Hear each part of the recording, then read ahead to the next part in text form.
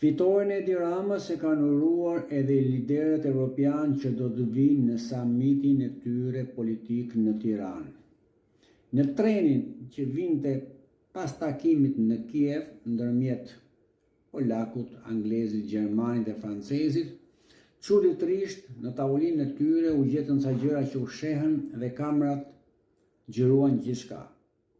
Unë jam kontrolluar 1 milion herë për të hyrë në çdo zyrë në Shqipëri, ndërsa kur udhtonin atë vagon shefat e Europës, çuditërisht gazetarët u futën pa kontroll dhe i gjetën gjafil. Këta njerëz që coptuan Shqipërinë sigurisht uruan edhe Edi Ramën, i cili do marri tashmë nga Anglia të burgosurit, nga Gjermania shet Shqipërinë dhe së fundmi do të vi edhe dhëndri i Trumpit të marri prikën e madhe të vetmin ishull Sazanin. Kështu të dashur shqiptar patriot, nuk e pas kemi kuptuar se jetojmë në këtë Europë që na ka bërë cop-cop.